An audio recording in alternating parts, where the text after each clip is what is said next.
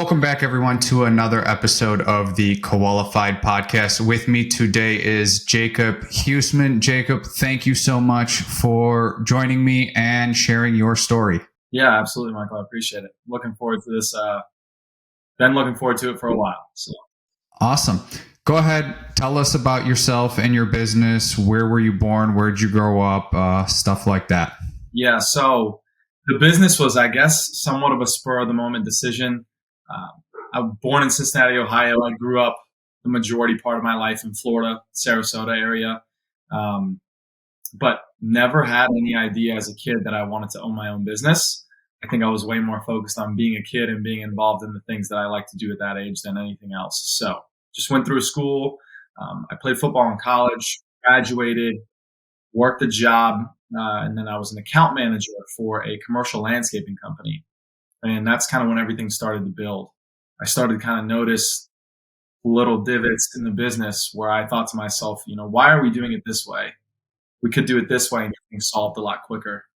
And I was in a position where I was handcuffed by corporate, right? A very, very big commercial landscaping company. So I had no option to kind of take the other route to solve a problem quicker. And over time, those issues just compounded and compounded and, over and over. And eventually you get tired because you're the one taking the brunt of it, right? The clients that I'm the account manager for are upset with me, not necessarily Brightview, right? So finding a way to solve issues became very clear to me is what is going to make clients happiest the quickest if there is an issue. So just through those items and then learning to be a good account manager and managing, a large span of accounts and understanding how to build relationships with clients and sell in business, as well as ancillary business on top of the typical contract. All of those things combined, I started seeing, different opportunities for service businesses just being popular and now being a good time to start them, right? So I just took a leap of faith. I quit my job. I figured, everything pretty much parallels what I do as an account manager as what I will do as the owner of this business, at least for some time until I remove myself. But other than it being a different industry, things lined up similarly. So I took that jump, quit my job about, I guess, we're coming up on 9 or 10 months here now. It's flown by. So you start to forget how long it's been because you do so much to get things figured out. But that's where we're at now. Definitely, time flies. Do you think with you being an account manager working for somebody else, it was easier for you to navigate figuring out things and seeing, like you mentioned, okay, it'd be easier to do it this way versus the way it's going because you're not in the business. So the risk of, as an owner, you had a little bit easier as an account manager because the risk wasn't really on you.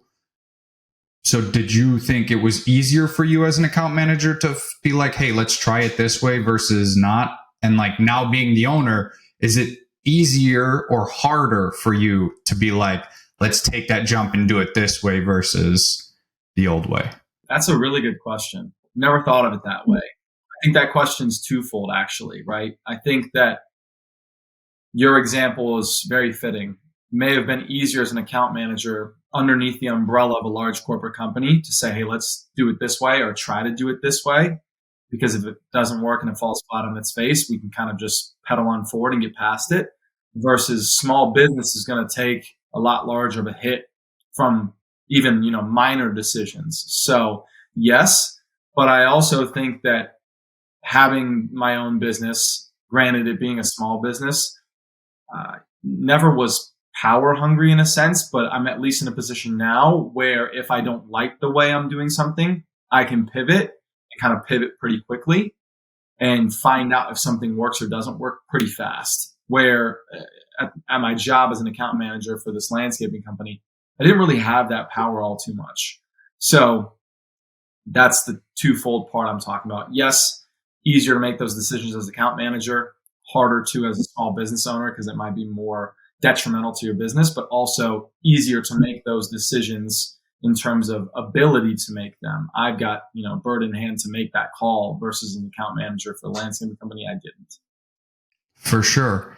And because you're only 9, 10 months out from that salary and working for somebody else, do you think it still being so close together, I guess your mind is still being like, okay, let's just go ahead and do that jump, even though you are the business owner? Do you think maybe in a year or two, you're going to be like taking more time just because you're still, again, closer to the account manager position that you were less than a year ago as a business owner now?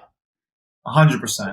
You're Okay. spot on. I mean, you own a business. You've had your hands in multiple things. You know what it looks like, right? Over time, it's a snowball effect. The business is going to grow. As it grows larger and larger, you feel a bit of strain in the sense of, if I'm going to make this call to change how we do X, Y, and Z, it kind of has a longer chain effect, and it may be more difficult to implement. So yes, in a year, another 2 years down the road, I may sit on a decision longer and really think, is it worth me putting the time and effort it's going to take to make this pivot and change things than it is to just keep chugging forward with how it is? Versus now, like you said, 9, 10 months out of that position as account manager, the business is still fairly small where I have that ability to kind of pivot quickly and it's easy to implement. So I'm kind of starting to feel some of those changes, that it may be a bit more difficult, but I'm still in a very strong position in terms of being able to make changes quickly. I think it's more 50-50, just because, yeah, as time goes on, you will be more away from that account manager position. But at the same time, you are going to be seeing more things come through with your business, and you're going to be like, okay, I've already dealt with that. No brainer. Let's go. Like, I know what to do. So it could be, yes, taking you longer to make decisions, or if there is a setback that you find and you go through the business, it might take you back a couple steps and be like, I'm going to be more cautious about doing something and maybe not make that jump right away. Yeah. Especially if something's bit you in the butt, right? For sure. Yeah. Growing up, family members, any of them business owners, anybody that you can talk to now to bounce ideas off of? No, I mean, not a single one that I can think of current day.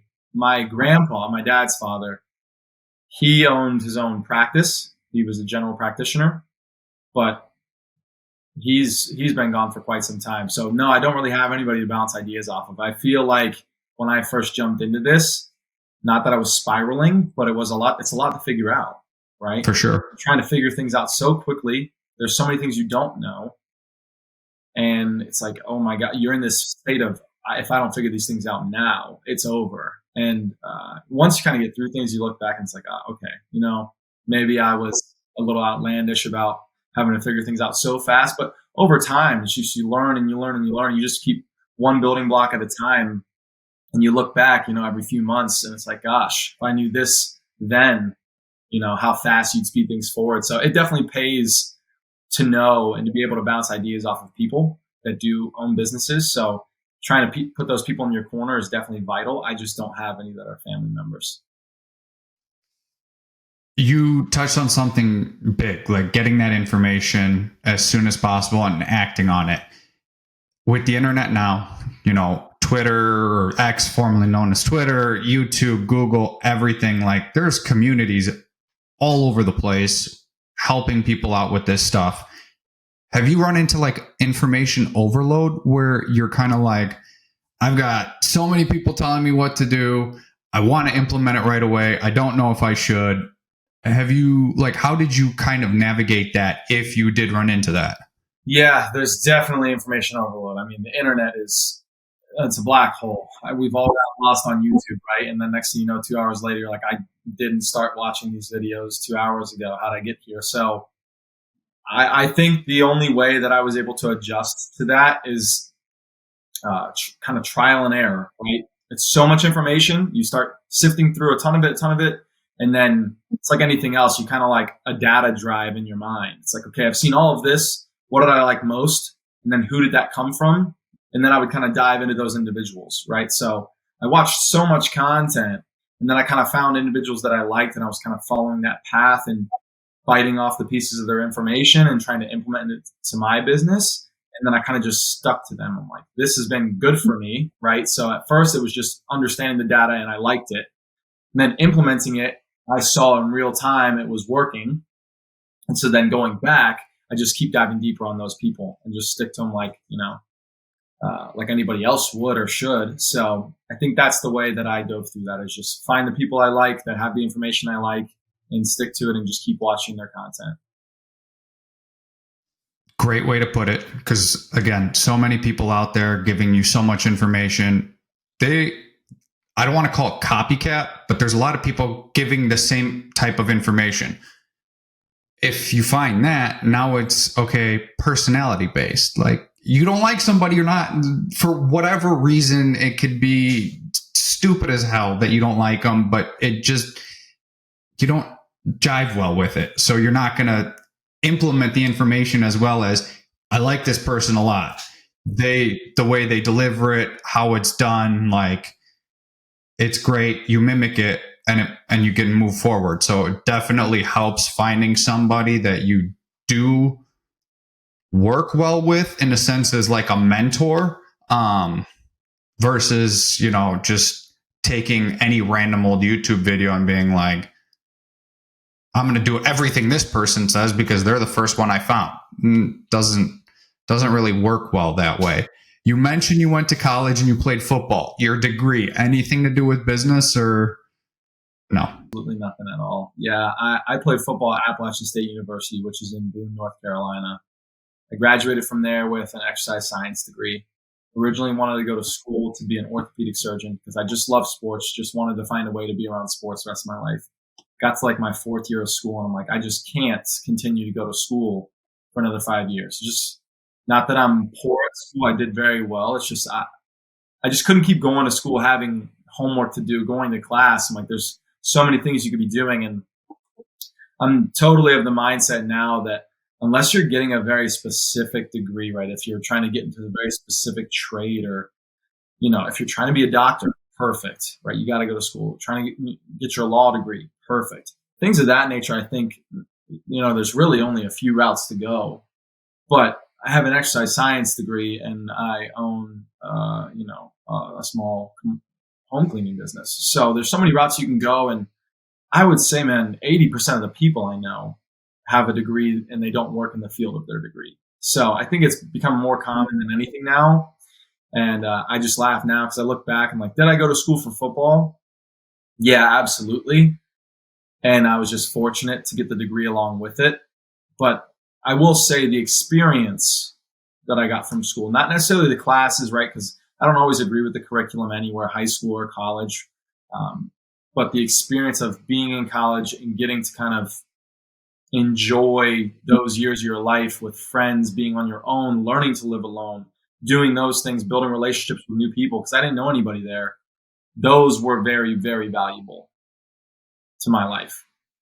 That's what my next question was going to be. Regardless of the degree that you got, did you still enjoy your college career, and would you have done it again regardless of getting that degree and getting the same degree? 100%. Looking back, I'd have gotten a different degree. I probably would have gotten some sort of business degree, which is where I initially started my very first summer semester before I switched to exercise science. So I would have stayed there. I think just having a business degree of some sort would have been a bit more well-rounding for me than all of the sciences I took. Because some of the classes I took were very hard. It's like, I wish I could run away from those looking back. But outside of that, I would do it over again. Even if they said you can't change your degree, same thing all over again. 7 out of 7 days of the week. Awesome. Definitely. I like to hear that. My wife and I have the same conversation. We just had a daughter and we're like, I'm a college dropout. She has her nursing degree. And it's like, what do we do? And we both say, like, let her go to school. Like, we're still going to push her to go to college.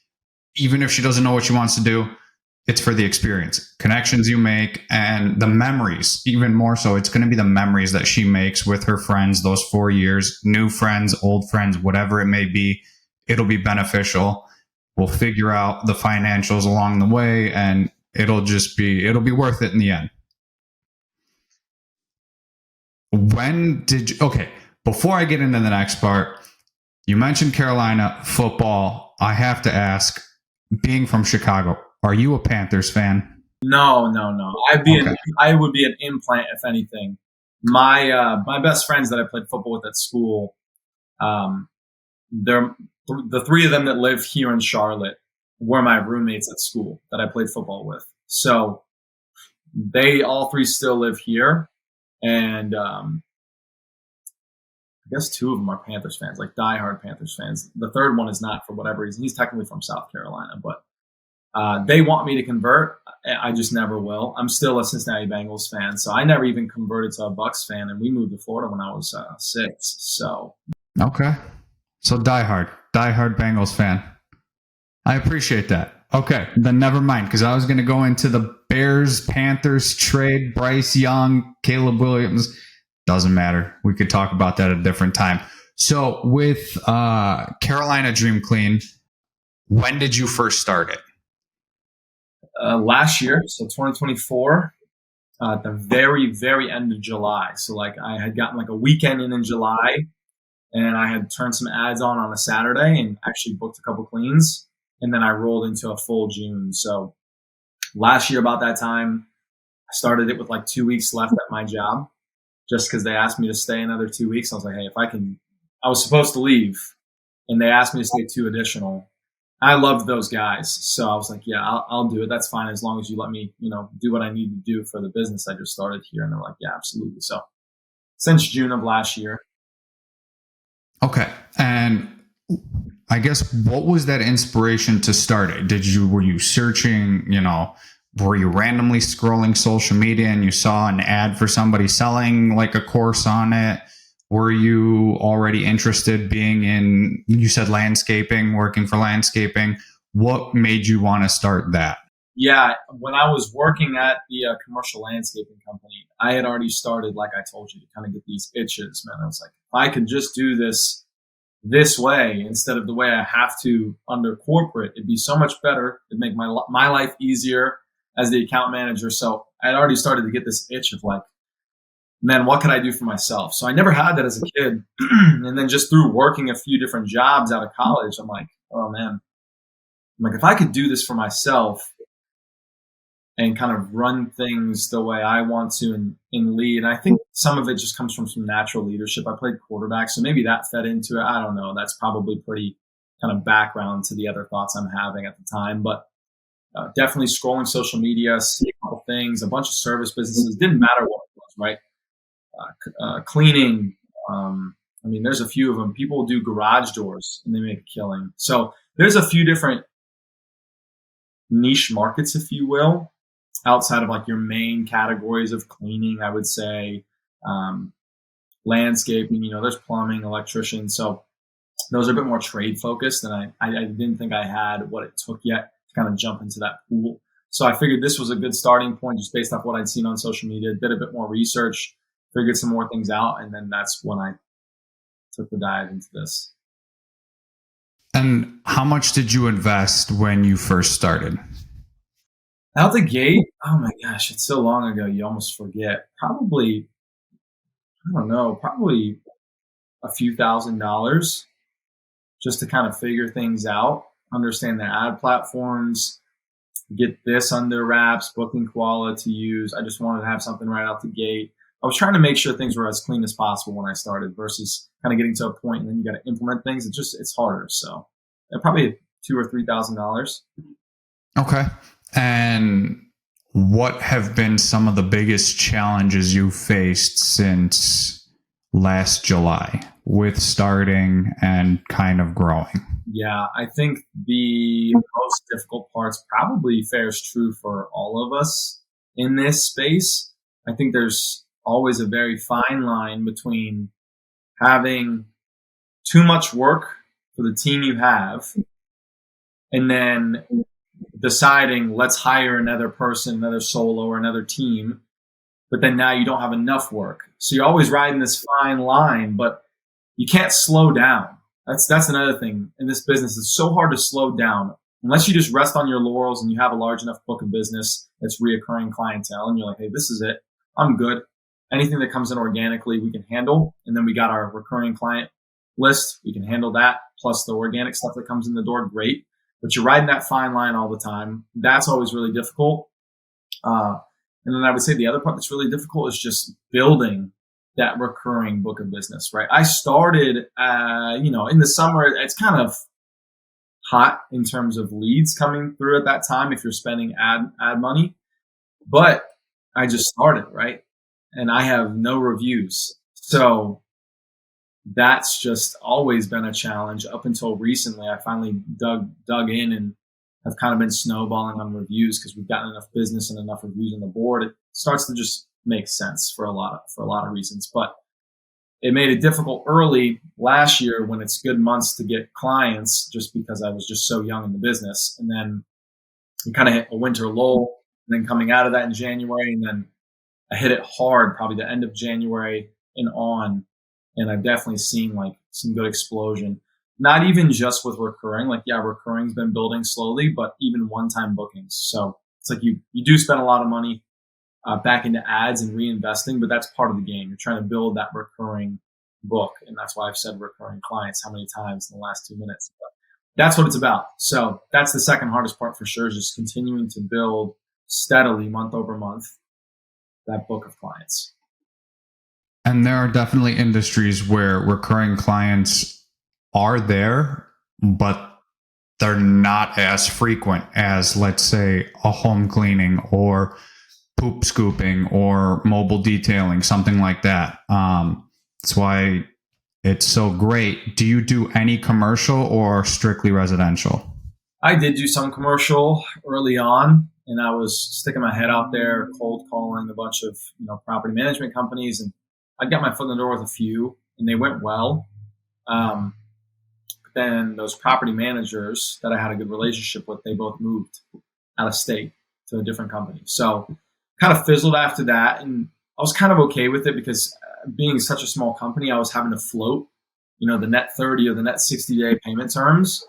And if they've got, even, 6-7 cleans in a month, which can be likely if it's a large enough building / property management company, that can be difficult to float, especially early on, right? So after that fizzled out, I've just been pretty strictly focused on home residential. And how are you focusing being different from your competitors? What are you trying to do in your area that makes you stand out? No, that's a great question, because I think you can kind of just camouflage with the rest of the cleaning companies in your area. I think now more than ever, and you might be feeling this too, I don't know what the Chicago market's like, but I honestly feel like this is starting to become a national thing in the US, is people like small business, people like the feel of quality customer support. I feel like we've gone through this change in time. It's like everything's a conglomerate, everything's a big company, and you lose that, I don't want to call it mom and pop feel, but you just lose that feel of like, there's somebody every time you call, or almost every time you call, that that answers, that takes care of you, and things are good.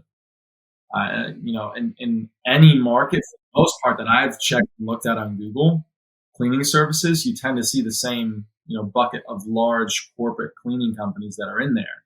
And it For sure. vary, right? So just trying to give that feel, right? If you call, that I'm going to answer the phone, that I'm going to handle your issues, that if you got questions and you text our office line or call us, I'm going to answer that too, so not just doing the sales calls, but then, if you reach out, now it's a repeat because I'm answering, and it's like, oh, it's the same person again. So you kind of get that feel over time. And I think that fares well with just people in general these days. So that's why I said I'm not sure how the Chicago market is, but I feel like that's how it is here. And I've just been trying to do that as long as possible, right? Build out a pretty decent book and just keep it pumping, get some good reviews on the board, and then bring in a VA, but make sure that VA is then going to be the one person that's over this. And if clients still need me and I need to step in, fine, right? I just want to make sure we kind of always have that small feel, make sure you're always touching base with the clients. Hey, team's on the way. Hey, how'd everything go with the team today? All of those bits, I think, pay it forward in the long run. Definitely agree. Chicago is a tricky market because there are people who come and they like the big conglomerate feel, but for the most part, I'm one that likes the mom and pop. I'm whatever business. I look for a family run business. Are there times that I still buy stuff from others? Yeah, of course. But when it comes to something service based, if I see somebody driving by or working down a couple doors down, I'll go up and be like, can I get your business card, or let me take a picture of your truck, just because maybe not now, but maybe in the future I will need you, and you're already here. You already know the market, the area. I'll use you. And a lot of people have appreciated that, and we're happy to give it and still give like 5-10 minutes to talk. So it's something that you won't get with a big company that will push you over to somebody who just doesn't care, right? Going into a little bit about prioritizing and managing your time. Again, you mentioned you haven't gotten a VA yet, right? You don't have anybody helping. It's you solely. How are you handling that, being almost a year into the business? I honestly feel like it's gone well. A lot of the same things that I maybe disliked about being an account manager at the landscaping company, I still dislike here, right? You never enjoy getting a call from an angry client. Right. Nobody does. No. So still handling those things sometimes is like, and sometimes you get a call and you don't know what the call is going to be about. So that alone can be like, oh gosh, what could this be? So it is what it is, but those happen, and that's part of owning a business. So you can't shy away from that, or you'll never last. So finding a good way, and fortunately, I've got the background of being an account manager and understanding how to deal with some difficult situations with clients, so that I can just face it head on. But other than that, I feel like it's gone well, right? Some of my background, even prior to working for that landscaping company, was in sales, so I enjoy the sales calls. That never bothers me, right? If I had to continue to do that for the rest of time in this business, I mean, even if it's only a couple a day, if I remove myself, sure, fine. I've got no issues doing that. And then managing the books, I'm super analytical, so kind of looking at everything and just having my hands in the business. I might not always have them, might not always be present, but still having some hands in it on a weekly basis to just look at the books, look at the calendar, make sure things kind of match up and everything looks right and we're running smoothly. That'll always be something I'm a part of. But ironic timing that we're doing this now.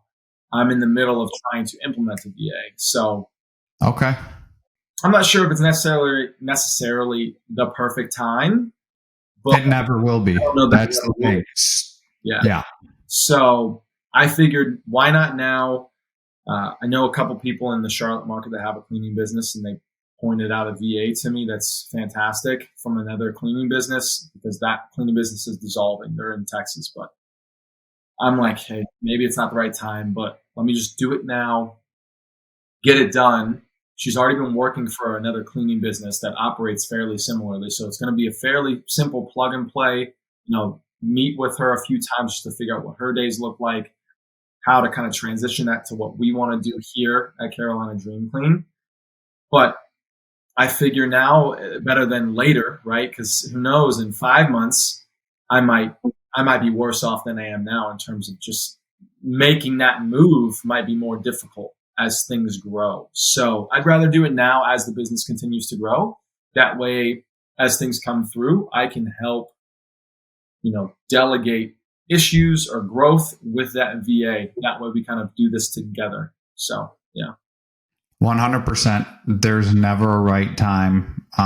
You could always think that I could stick it out a little bit longer, and then before you know it, you're too deep into it. You're not going to even have time to train them with all the tasks that you have to do. So just, if you think you can do it now, go ahead and get it done, and work together with them. If you got to cut their hours back, cut their hours back. If you need to increase it. It's always something that you can definitely play around with. Going into leadership now, you've been playing football for years, quarterback, I'm sure, probably captain of your team at one point or another. How's your leadership style like with your providers? So do you, and now going into, do you have real quick employees or independent contractors? Independent contract. Okay. So how are you with them?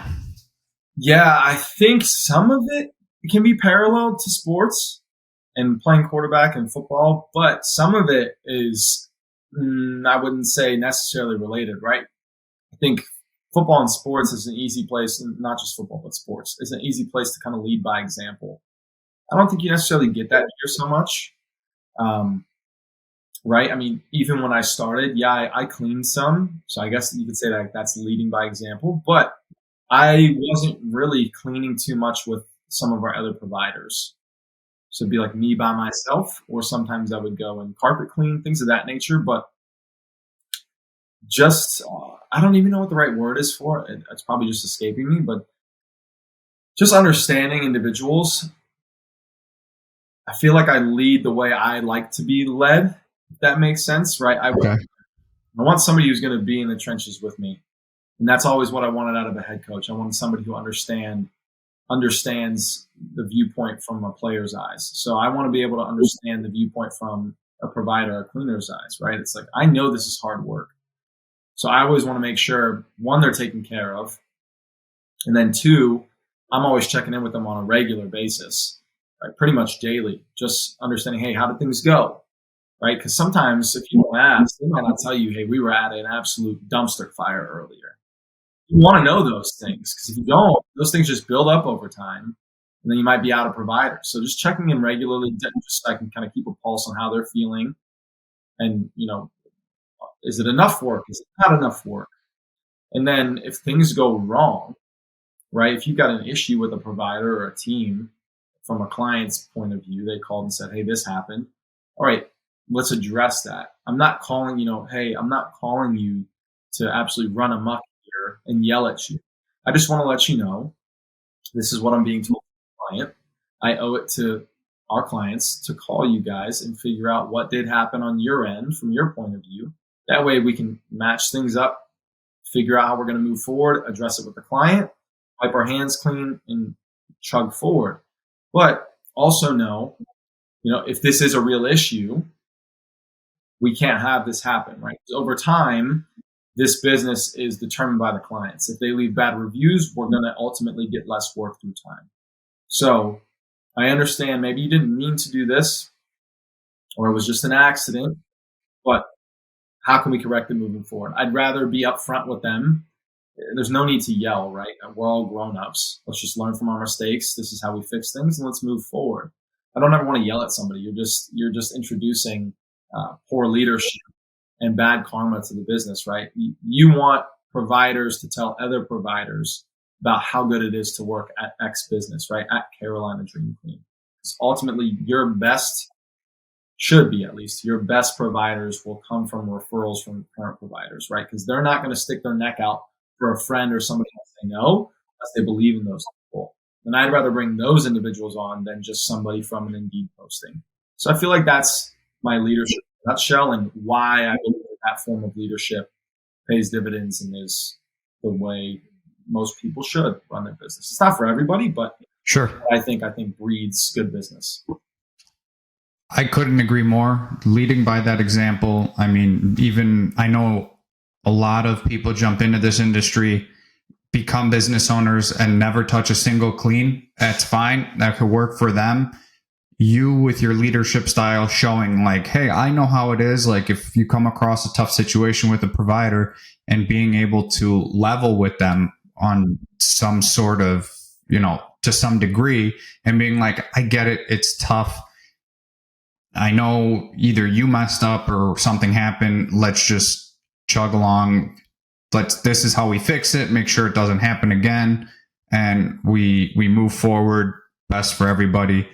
I think that will pay tenfold in your future with exactly how you want to hire. Those referrals are going to be a lot better than someone random who is desperate for a job on Indeed and will take anything just to get the money. So they might do anything at the clean just to get by and keep stacking those hours and the money as well.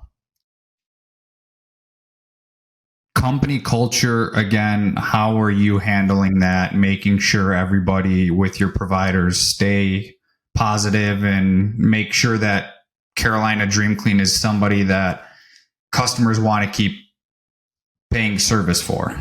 Yeah, I think it's just doing the right thing by your providers. If they're doing good work, you want to make that be known, right? So when I check in with them, ask them, hey, how did everything go? In most cases, I'll ask them that before I touch base with the client. And then I'll reach out to the client. And the client will tell me, it went fabulous. It was great. I always pass along those compliments to the team. I said, hey, so-and-so said you guys did an absolutely wonderful job today. I really appreciate your hard work. It definitely matters, not just to me, but to Carolina Dream Clean as a whole. You guys are part of the reason that this keeps growing and we're able to do, able to provide more work and bring more people in.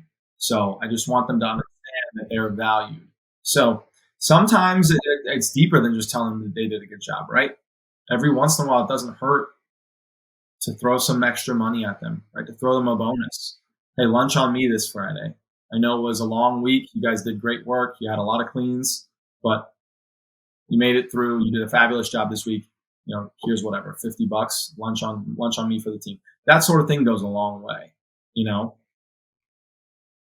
I mean, nobody's going to be upset by it for sure. If you're giving bonuses and obviously the positivity always helps, making sure they know customers are happy, you're happy, but anything else besides that is going to help in the long run. How are you staying motivated and maintaining your drive to continue to grow the business, even if you had to power through your first winter cycle of the home cleaning industry? That's the worst, right? It's super slow after the holidays and it's just a dead spot. So how are you keeping yourself motivated? I think there's a few things, right? One, definitely intrinsic, just the intrinsic motivation I have. That's always been there. I'm just very competitive. I'm always checking Google, right? If I have ads on, I'm like, who's first? Am I ranking organically? Am I dominating in this region but not here? How do I get better here? I'm always competitive with myself. I always have been. So I think one of them is just intrinsic. I would say a second one is probably intrinsic too, right? It's like the value of the company. I want the company to grow. This has my name on it. I want to make money. And those two go hand in hand, right? This company depends on me to do right by it, but also I want to see the fruits of my labor.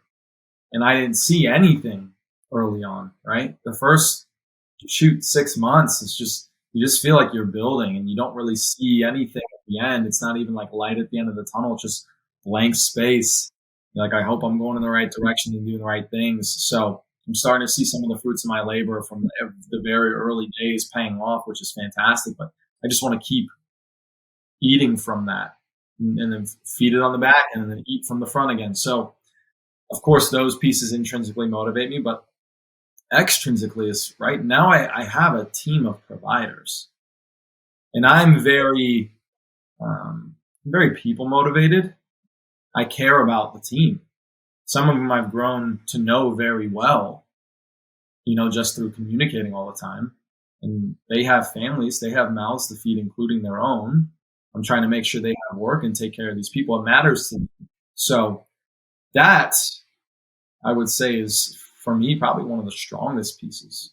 You don't want to let good people down.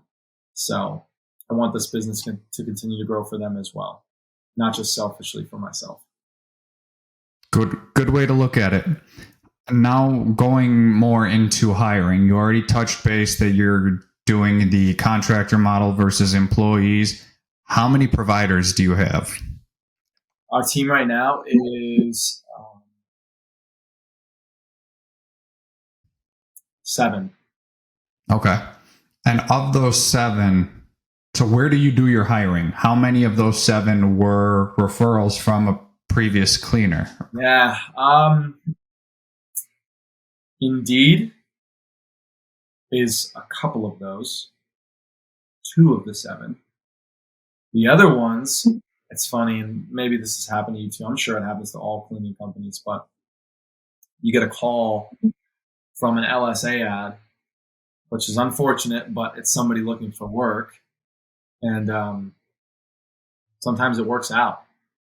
And I got some of my best from random calls like that. One of them, I didn't have any work for at the time. So I think like a month went by. I talked to them. I was like, hey, I'm sorry, we just don't have any work. And a month went by, I called them back, and it just was perfect timing. Got them, test clean, hit the ground running. They're our strongest, I would say. They're incredible. Incredible. The main lady used to work for a cleaning company in California, and she moved over here. So she's a stud. She's a killer. Love her. And then she brought a few others, referrals, right, like we talked about. And then I had another random call, similar to the first one I just talked about. She was looking for work. I was like, kind of like I talked about earlier, riding this fine line of balance. Too much work, not enough team. Too much team, not enough work. And I was on that perfect side of too much work, not enough team when she called. I was like, yes, let's do it. Kind of blindly, right? Like a few weeks ahead, I'm like, what am I going to do for her? I try to always I'd like to have the calendar kind of built out a little bit, maybe a week ahead, 2 weeks ahead. And just worked out. I mean, the phone kept ringing, kept adding cleans, and worked out. And then she actually referred her mom in too, because she had left the company for a new job, and her mom stayed at that cleaning company. And then she's like, hey, my mom cleans too at the company I came from. Do you have enough that she could come work too? I'm like, let's do it. Kind of another perfect timing moment. So, do you make them a team together, or are they individual? They team together for the most part, sometimes individual, but for the most part, they team together. Okay. And do you utilize the hiring portion in your Booking Koala account? No, I never have. So I haven't dove deep enough into it. It's like funny. I feel like I still use kind of Booking Koala from a very skeleton standpoint, like booking system, quotes, utilizing it as a calendar.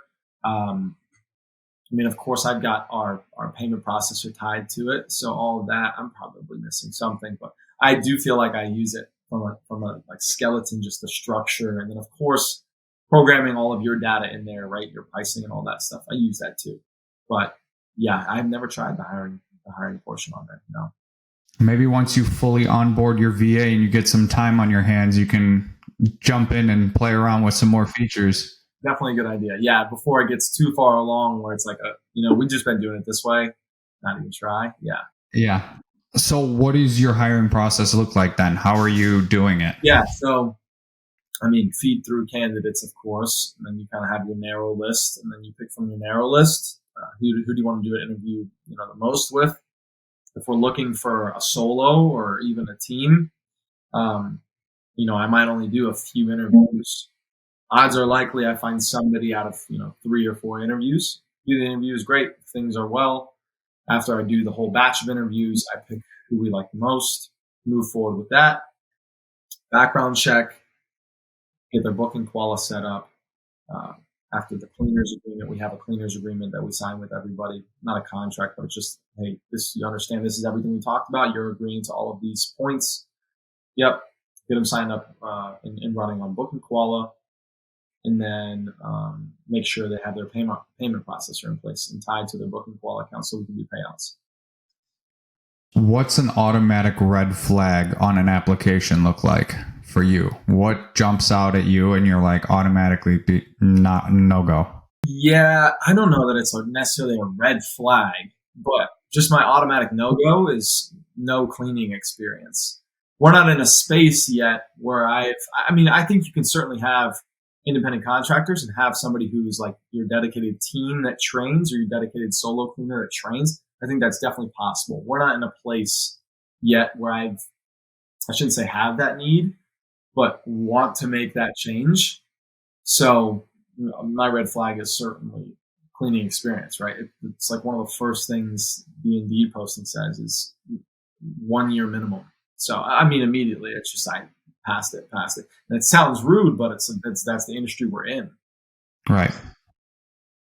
Marketing. What's going on with your marketing currently? Are you just running strictly Google ads, any Facebook ads, paper, flyers?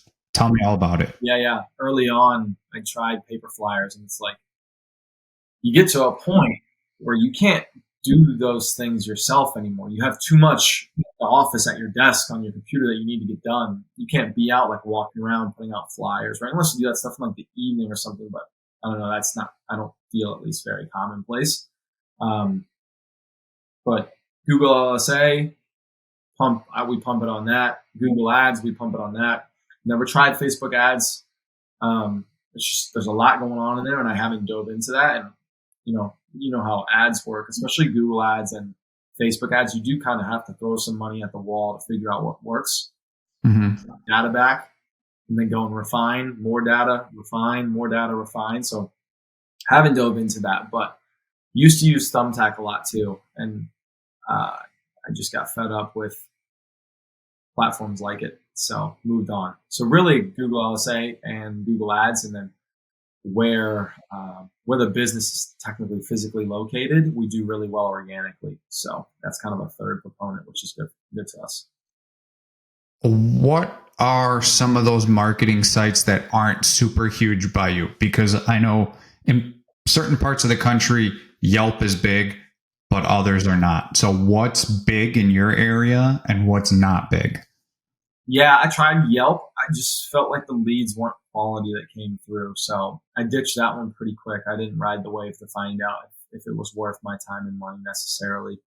Thumbtack, definitely big. I mean, people use it quite frequently here. So yeah, I found success with it, but over time, it's just like you kind of get frustrated with the fact that one person can reach out to 5 cleaning companies. All 5 of them, you're going to get charged the same lead price, but only one of them is going to win the job. So effective, but I ditched that probably close to the start of this year. But that's definitely popular here. LSA, I mean, Google's going to Google. They dominate. So LSA is popular. Definitely the most popular, just Google in general. So other than that, I mean, Angie's leads weren't quality, ditched that. I don't even know if it's necessarily popular. I just got burned so quick, so early. So have you tried Nextdoor? I've tried Nextdoor. I did it for like a month or 2 months, and I didn't really see any good return. It's littered with people in this area, so it's kind of really hard to stand out. And granted, I was still a small business at the time when I was doing that, smaller than I am now, I should say. So it was difficult, but we actually have. I'm curious too if Chicago's got something similar, but we've got a developing. I won't call it a project. It's a small startup company, and they're kind of building out what would look similar to Thumbtack, but what's it called? 1 second, I've got it right here. Street Fair. Never heard of it. Yeah. They a couple guys in Charlotte. They're from here. They started it, so it's only a few markets. I want to say here, Charlotte, Raleigh, Dallas. So those 3 markets, maybe the only 3 so far. So they're still building out, and it's not even effective for cleaning companies yet. It will be shortly. So I'm curious to see how that works. But very similar to Thumbtack, just not pay per lead. It's a different approach, but you can basically give discounts, right? If I'm doing a cleaning in X neighborhood, they have got it all geographically broken down. If I'm doing it in X neighborhood, that will, send a notification or at least show if you're a user when you go on that, oh, hey, Carolina Dream Clean doing a clean in this neighborhood. If 2 or more people tack on in the same kind of 10 or whatever, 10 window time frame, 15% discount for everybody that signed up in that time frame for those, 10 days. So they kind of provide that sort of incentive and visibility to a user seeing, oh, they're doing my neighbor. If enough of us jump on, we all get that incentive. I think that might be powerful. I think it's been very effective for lawn care early on, right? Mulch season, lawn care pick back up. They've been killing it with that. So I know that's popular because a couple of my friends have told me they've used it. So I'm just waiting for that time, but I hope it's effective. We'll see. I'm curious to see if it'll come to our area if it's not already, because I haven't heard about it, but it definitely sounds like a good play there for sure. Coupons, do you run any coupons like Facebook Share, or like, let's say somebody booked a one-time a month ago and you're trying to get them into a recurring, do you have a specific coupon for that stuff? Anything in terms of that? Yeah. So, I mean, internally, and I think this might be like one of the defaults for booking quality. If you provide, I think, a 4-star or 5-star better, you get a 15% discount. But I've created coupons on my own, right? Because every once in a while, if I'm like, hey, kind of want to jump in business to bring somebody else in, and that jump in business from a coupon being sent out to everybody might incentivize enough jobs onto the board, plus just the regular feed from our ad platforms to facilitate bringing in a team or a person on. So I'll make some every once in a while, right? Like, hey, for the month of May, move outs, $25 off the move out clean. Um, Sometimes those are great when you're closing somebody on the phone, right? If you feel a little bit of hesitation and you know it's going to be a callback, right? I'd rather take the hit and get them to book then than the possibility maybe of them calling back. So you can kind of use it in those ways, but also, like you said, shooting that out to all previous one-time clients. Hey, for example, this spring we ran one. Spring cleaning is around the corner. 15% off, or maybe it was like $20 or $25 off, and we got a good feed of those. So yeah. Leverage with how are you leveraging your data that you're collecting with the decision making on how to run your next ad campaign or making your tweaks for your next set? What are you doing there? Yeah, analyzing the data on Google Ads is big for sure, because you want to sift out any of the keywords that you need to make negative keywords so you don't appear for those searches, but also hone in on the ones that are playing out really well on Google Ads. And then it goes even deeper, right? Just being analytical with your booking qual account and saying, okay, hey, we have this many recurring. These are all of our one-time bookings. This is our average price per booking. That may fluctuate, but I feel like the average price per booking is something that you should kind of always be chasing. You kind of want to be in the same kind of hover, if you will, with slight fluctuation, but that can always be a good indicator. Like, hey, we need to raise our prices. Are we booking, 85 or 90% of our clients? Maybe it's time to raise prices. Doesn't feel good to not close, 50% or higher, but if you increase your prices properly and your closing rate decreases a little bit, you're still finding some traction, and you probably increase them at the right time. So you got to be analytical about the right things. I know I don't analyze everything perfectly, but that's part of the learning curve in doing this as well. Again, you're not going to know right off the bat what you need to do. Like you said, it's a learning curve for a reason. 10 years down the line in business, you're still going to pick up something that you didn't know beforehand, and it's going to help you grow. So it will never change as long as you know that you're always going to be learning. That's all that really matters. So how are you going to stay up, or how are you staying updated on like trends in the industry, stuff that changes, whether it's with Google or Facebook or anything else? One of them, is back to the internet. Like, I always watch YouTube videos. I'm always trying to just stay tapped into what's going on. Some of the most prominent people that I have kind of stuck myself to own their own cleaning companies, right? So if they're, 5x what I'm doing, and they're finding success doing whatever it might be, I might want to do the same or try or see how it works here. So that for sure. And then also the people I know in the Charlotte community, that kind of gives me a more regional, location specific, right? Because what might work for you in Chicago might not work for me here in Charlotte. So tapping in, I know in Charlotte or even Raleigh that own cleaning businesses, and kind of feeding back and forth with them. I feel like everybody I know, we're all pretty much proponents of, rising tides lifts all ships. There's plenty of fish out there for all of us to feed off of. I'm never going to be stingy with the knowledge I have, right? Because I would prefer to give you knowledge if you give me knowledge back, right? I always want to trade rather than hold. Well, then that's not going to, give you an open hand to want to tell me anything that's working well for you. So I try and do that with the people I know, and those are probably the two biggest ways I try and just stay tapped into the industry. It's a good way to look at it. If you're not giving anything, then how do you expect to get anything out of anybody? Some of these mentors that you follow on YouTube, who are some of they? Do you want to shout some of them out, or who are you following? Yeah, so Sean Perry's a big one. I mean, his business is out of the UK, but he's a guru when it comes to Google Ads and understanding Google LSA and platforms of that nature, as well as principles with a cleaning business. How to hire, treating your people well, where to hire from. Sean Perry's a big one, and then Carolyn Arellano, woman in the space. I like a mixed bag. I don't want to just be following men that have a cleaning business or know what they're doing, right? It's good to get different points of view. I track her heavily too. She puts out a lot of great content. She probably puts out more that's principle based in what you need for a cleaning business and about a cleaning business and what she's doing and things that worked for her in her early days and things that work for her now than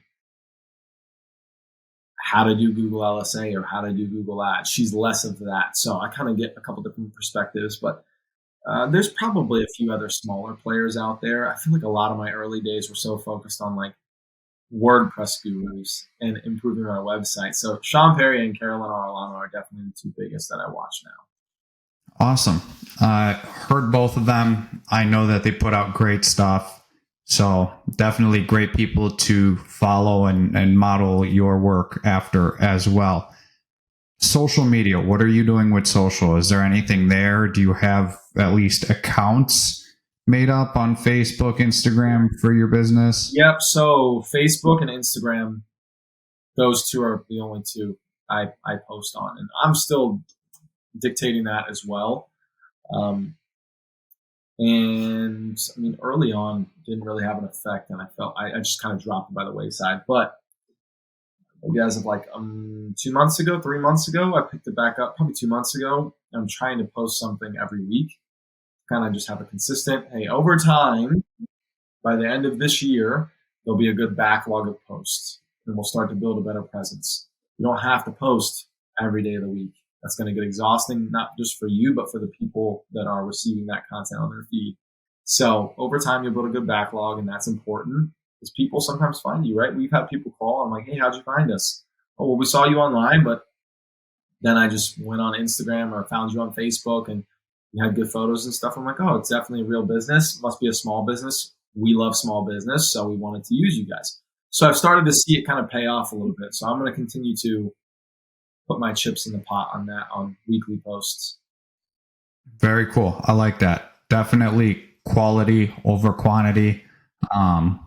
Having at least those two is going to help you also validate for customers if you're a real business. Because if somebody just lands on your website and they're like, well, you might not be running a blog, so there's not recent posts. If you didn't answer your phone, now they're going to check social. If there's no social media, they're going to be like, I don't know if I can trust them. So a little bit of that consistency in there definitely helps play a big role in showing customers that you are current and most likely not a scam, right? Revenue, money. So twofold question. How much revenue did you do last year from when you started till end of December? And then how much have you done cumulatively till today? Oh, God, that's a great question. Last year was just like spitballing at the wall. So it wasn't like we were seeing this collective steady climb. It was like, oh, boom, boom, boom, right? It's like stair steppers, up and down, up and down. Through the end of last year, probably 30-some thousand, I think was the number, close to 40 maybe. And then Okay. cumulatively since January, so January, February, March, April, I want to say it's fared pretty well. I want to give an accurate number because I should know this too. So like I said, by the end of January, we started to really crank it on and try and figure things out. So January, February,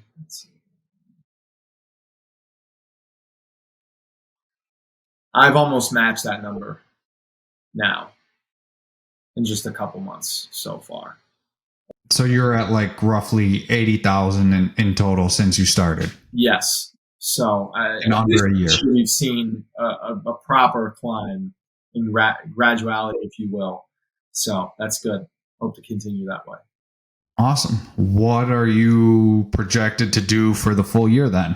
Well, bearing things continue this way, I don't know. I haven't sat down and thought to myself, what do I want the company to look like? Do I want this to be a, 30,000 gross revenue a month company, 50,000 gross revenue a month company? So I probably need to figure that out first. And it's so hard to project these things. But last month, for example, I think we were at like 13.2 or 13.5. And then this month we passed 17,000 in gross revenue. So if we keep in that direction, I'm hoping by the end of the year, we should be past 30,000 a month. So with that being said, probably like a $250,000 run this year. We'll see. Big step up from that 30 to 40 from last year, huh? Definitely big numbers to hit. That 6 figures, I think if you're gradually increasing that much already since end of January, your numbers will look good and you'll be over 6 figures probably by 4th of July, if I'm guessing, which would be awesome. Besides revenue, what metrics are you tracking and looking at in whether it's Booking Koala or Google, your Google ads? Yeah, I definitely track just the overall bookings because I would like to also see, that steady rise in overall bookings month over month from here on out.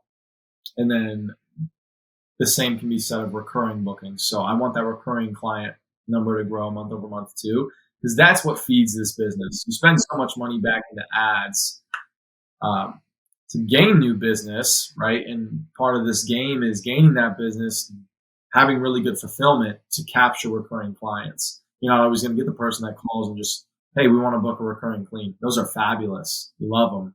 But part of this game is great fulfillment breeds recurring clients. Not everybody's going to be that, but you've got the best chance at finding those if you've got very good fulfillment. So that's why it starts with hiring and looking for the right people that do great work.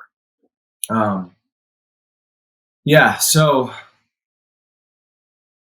just keep going in that direction and feeding off of those metrics. Those I would say are the two biggest.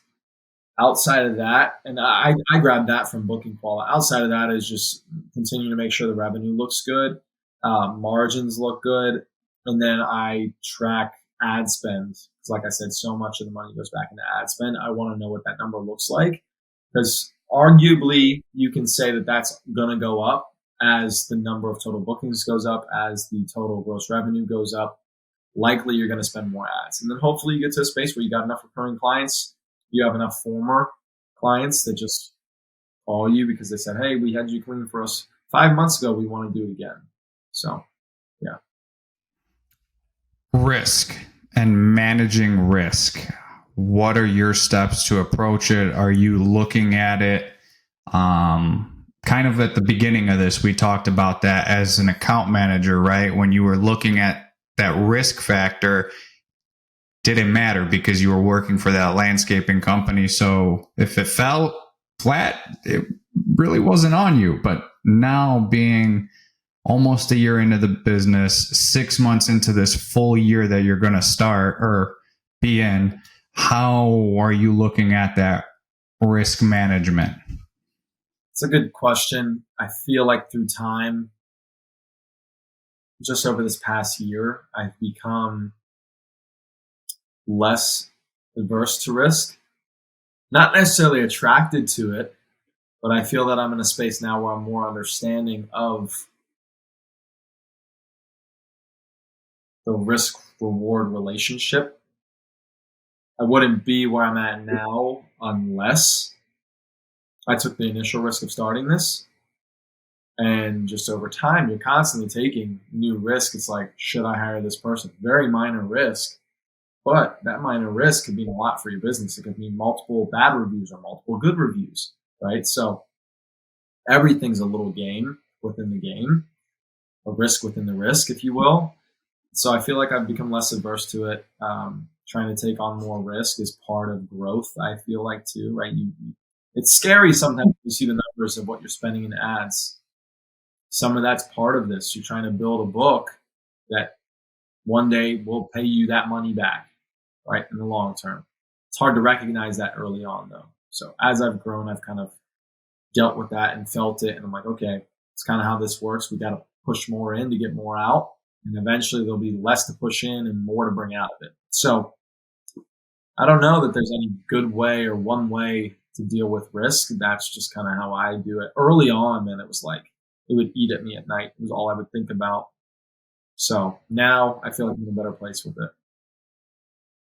I believe that you being in the space already before with service industry landscaping helped get you to this spot, but you realizing there's risk within the risk, whether it's good or bad, has helped you be okay with jumping into the risk, the bigger picture risk, right?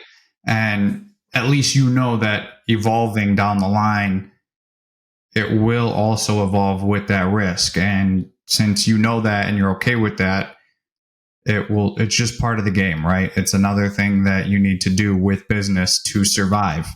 Where you kind of touched on it, that you need to sit down and be like, what do I want this company to look at, revenue wise? But what right now, roughly, where do you see the business in 5 to 10 years? That's such a big window. It's like crazy to even think I'm approaching a year with it. Okay, so let's go a year from now and then 5 years from now. Yeah, that's a better approach. I feel like, at least for the space I'm currently in. Feel like I can perceive time as like, gosh, I started this so long ago, or oh my God, that was just yesterday. I feel like I can see both ends. So looking forward feels a little bit of the same. It's like I'm going to blink and we're going to be a year away from now. It'll be April of 2026. So in a year, I would love for my recurring book to be at 15,000 a month. Right now, we're at about 5,000 recurring, and I know we'll capture some more through the rest of this. We'll just call it busy season, for lack of a better term, through the summer months. And by this time next year, I'd like to be at 15K recurring. And total book, I'd love to be, 35, somewhere between 30 and 40, I think is a good estimate. I think that's all just dependent on how hard we push for that. Because you could sit back, you could touch 10K recurring or 15K recurring and just sit on that. But I'd like the business in 5 years to be, a 30K to 50K recurring book. And I don't know if that's too ambitious. I don't know if that's not ambitious enough. But it feels like it's feasible, at least from where I'm at now. So I don't ever want to put a ceiling between the business and the sky, right? Just leave it open and we'll learn about how feasible that is as we get closer to that. So I like that. Not putting a ceiling between you and the sky. Again, with what you learn, you've already learned so much in the last 10 months, right? A year from now, you can probably learn tenfold that, and you're going to be like, I'll be at 100K recurring in under 2 years, right? So it's definitely something that you take as a day at a time, right? But just having a level head and making sure every day is better than the last, or you're learning more, is exactly where you need to be. Going more into the software side of things, what role does tech play in your business ops day to day?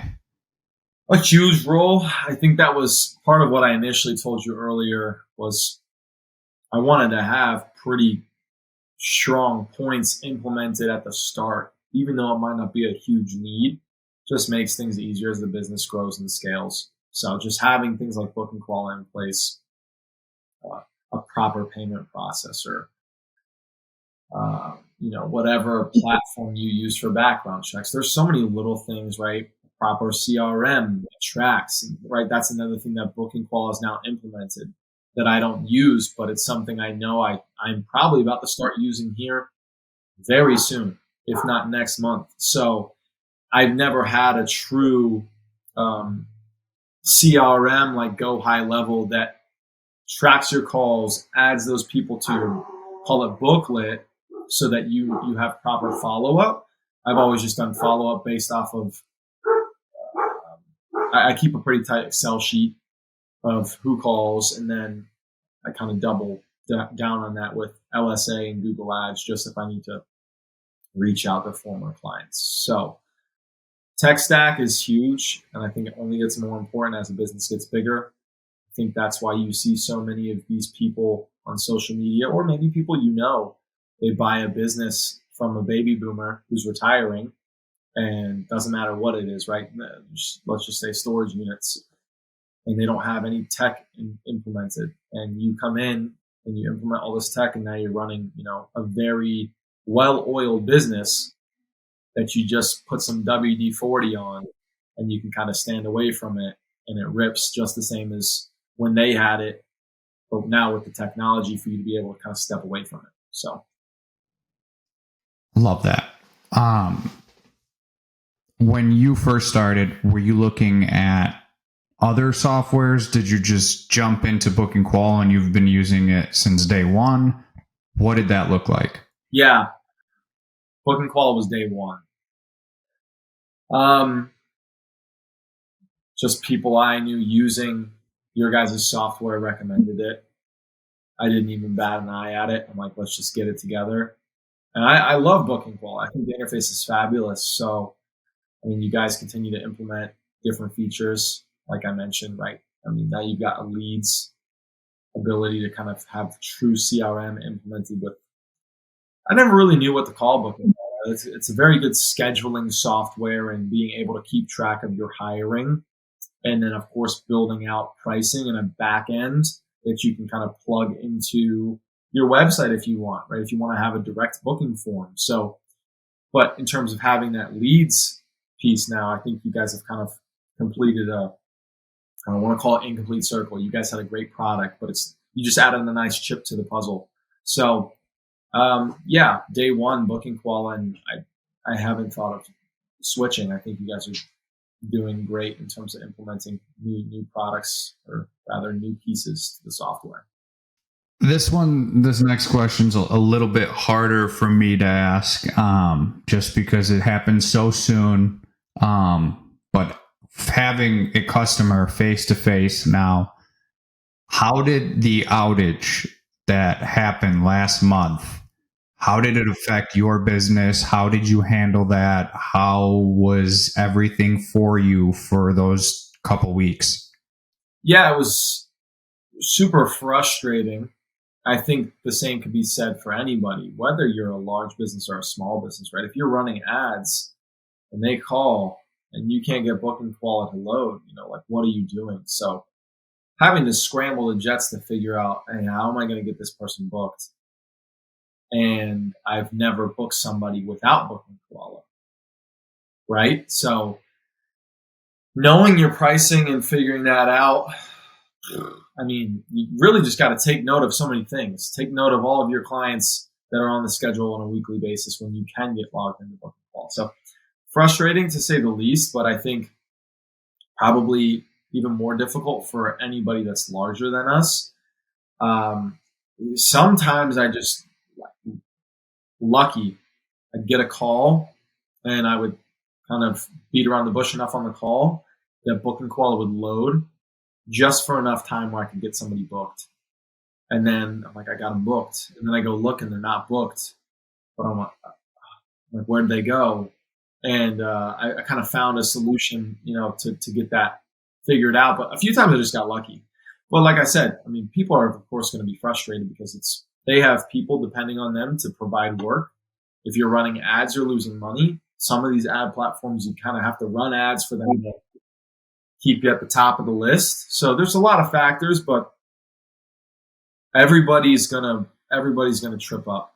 Everybody's gonna have, their day in the sun, and you like to have more days in the sun than not. But how you guys respond from that and push forward, I mean, that's to be said. I think this is so fresh, like you said. There's still a lot of damage to be repaired, right? I mean, you guys did affect a lot of businesses, but you've owned it. I don't know what else you do, right? Except for trying to do right by clients moving forward. And hopefully you've now implemented some things that maybe not were difficult to implement at this point in time, that maybe could have been better implemented earlier in the cycle, but you learn from your mistakes and you keep going. So, I don't know if there's much more to say, right? It is what it is. I've moved past it. You just business as usual from here on out. Hopefully something like that doesn't happen again. But like I said, hopefully you guys learn from that lesson, and like anybody else would try to do, and do your best moving forward. I appreciate your honest feedback. I mean, it's what I wanted. Whether you would have F-bombed me and everybody else during that whole question, it was warranted. It would have been warranted. Yes, we have learned from what transpired. The security is, I don't know if anybody else has seen our posts. If you've seen our posts, security is at the top of the list. That's all we're working on. Not all, but for the most part, we're putting in redundancies, beefing up, overloading security, making sure that we're protected. Support is getting increased so that you guys could get responded to faster. Just overall, everything was a huge learning experience from that. And again, I appreciate your honest feedback. Have you, because of that outage for a couple weeks, have you implemented anything on your end in case, whether it's us or something else down the line in the future were to happen again, you're ready for something like that? I'm not saying it will happen, but God forbid it did. Have you learned something to change up in the business that you could possibly share with other business owners on, hey, this is what I kind of figured out worked a little bit? I wish that I had a better answer than the one I have. I think a lot of people in the Facebook group for Booking Koala probably have better solutions than me. I think some of them kind of built out their own back end to book people, to have a different lead form to suffice for the lack of lead form through Booking Koala at the time. I didn't do any of those things. I'm not super sophisticated when it comes to creating items like that out of thin air, right? Some of these people are just jazz on the computer, and they can, code a booking form that works flawlessly. I don't have that capability. So, I would say rather I just have my points in place that if something were to happen like that again, I have a solid approach to them now, right? I don't have to start from scratch on what's the best approach. I know what that kind of looks like. Fortunately, from an unfortunate reason, I have that. But like I said, you probably find better answers in that Facebook Booking Koala group. And I'm just not the best one to ask that to, I guess, right? I don't have a great solution, but I just take it as it comes. Like I said, protocols in place if it did happen again. Appreciate that. Couple last questions here. What's one feature that we have that you couldn't live without? And I'll take away the booking form itself. Yeah, see that one's great, right? Because it can live on your website if you want it to, and you can capture organic, because not everybody wants to pick up the phone and call. The best feature, it's probably like the data communication. I'm trying to think. Yeah, probably the data communication, because I'll put your guys' back end building in with pairing with the booking form, right? Like me going in there and building out frequencies, and building out pricing and the structure of what the booking form ultimately looks like, I think that's all in one. But the data communication, right? Being able to tie our payment processor to Booking Koala, and then Booking Koala tracks all of your payouts to your team, and then being able to communicate that information to your payment processor to then pay them out directly. It's like that wasn't there, and you had to manually track how much you owe the providers and then pay them some other way. It's just so much easier to be able to charge a client right through Booking Koala, communicates with payment processor, takes the payment, tracks everything at the end of the week, or if you pay bi-weekly or monthly, tracks all of that, double check it, pay out your providers, right? It's seamless feasibility. And fortunately, it's there, and it is seamless. So that is nice because like I said, I couldn't imagine otherwise, right? And I never left, right? I'm sure you guys lost a slew of customers on Booking Koala on your platform, and they might be using something else, and they may miss certain features. I have been using Booking Koala since the start, so I don't know what anything else looks like. I don't think that's a bad thing. I love Booking Koala, so that's a positive there for you. But I don't have anything on the top of my mind that like, Field or other softwares, they didn't have blank from Booking Koala. I don't have that, so I would say that the data communication you guys have. Flip side to that, what's something that you wish we did have that we don't? Oh, that's great.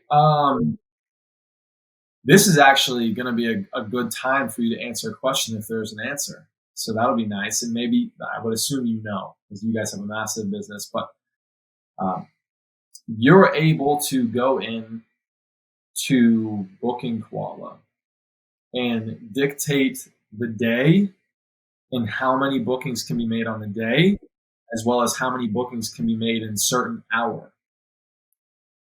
Maybe I haven't dug deep enough and just haven't seen it with these eyes, but to have the ability to dictate how many bookings a provider can have on a day. Yes. So I don't know that I've seen that, and maybe you do have it, but for example, it's like I've got a solo.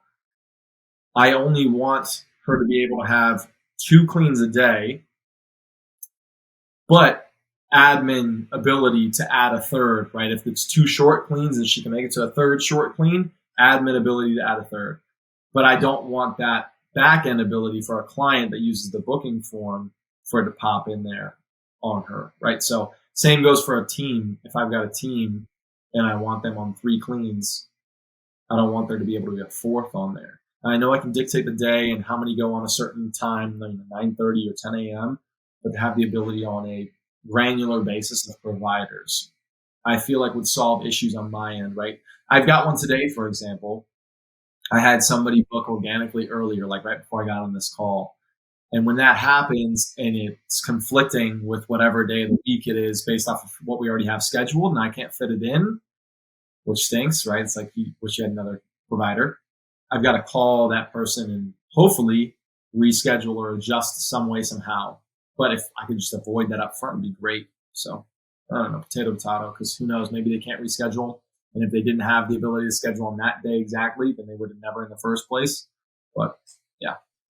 So it should be in there. It should be in the provider's individual settings. So if you go to the provider, go into their profile, click into their settings, it should be in there. We could definitely discuss that afterwards. And then final question, unrelated to any of this. What advice are you giving your 10-year-old self? Just be who you are. I think that's such an important piece of information. And I feel like some people can embody that. I feel like other people struggle to embody that.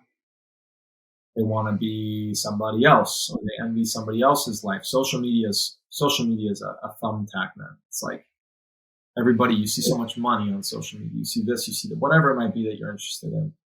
That can be toxic. You can get stuck on your phone forever. And then you get off your phone and you're like, the dopamine drop is crazy.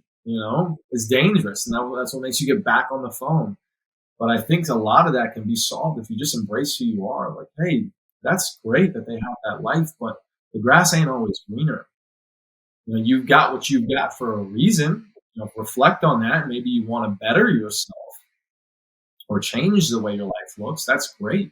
It's great to try and be better or change or whatever it might be. But I would just tell myself to be who I am. And I think I've done a good job of that, but just I've been working on being more present. I think you can get so caught up in the work week of like grinding. You kind of forget. And it's like you do all this work to make money, because the long-term vision for me at least is money, but it's money for not the money's sake. It's money for the freedom's sake. It's money for the freedom of time, the who, what, where, right? When I want, where I want, what I want. To be able to just say, you know what? Let's not work Thursday and Friday. Let's go to, the coast of Oregon for the weekend, or Traverse City, Michigan for the weekend. That's what I'm striving for. And why do you want that? Sure, selfishly, personally, I want to go and see those things and have those vacations. But for the people you love, right? Whether it be your wife, your girlfriend, your family, your kids, you want to be able to spend that time with them. And you get so caught up in the grind that you lose sight of that. So being more present, just being who I am, I think that solves a lot of issues that I would say a lot of my friends, this is almost speaking from experience too, like a lot of my friends are my age, of course. So social media has played a big role in all of our lives. More than likely yours too. You probably see it with some of your friends. So I think we're just in that age range. Our parents are so much better at living in the moment, being present. And they've had enough experience in their life to know that it's about the people you love. It's like, you're doing all of this work, which is great. Like, I love working. I love working hard. It's just part of my DNA. But sometimes you got to sit back and you got to realize, like, oh my God, I have hardly spent time with my kids today. I've hardly spent time with my girlfriend and my wife. It's like, well, where's the time gone? And eventually that builds up, and you don't want that to be an issue with, the person that loves you back. That can lead to a landslide. So knowing that you're doing the hard work, great. But also recognizing sometimes you got to put it down and spend time with people you love, because that's what you're doing the hard work for. But you need to also spend quality time. That's hard work there too, spending quality time where it's needed. Absolutely. Jacob, thank you so much for your time. Thank you for being a valued customer of Booking Koala, trusting us with your business every single day. Your time today, the information you gave was invaluable. Thank you again. Yeah, absolutely. I appreciate it, Michael. You guys keep doing Booking Koala. Hopefully everybody goes to the moon together. Awesome. And we'll see you next time for another episode of the Qualified Podcast.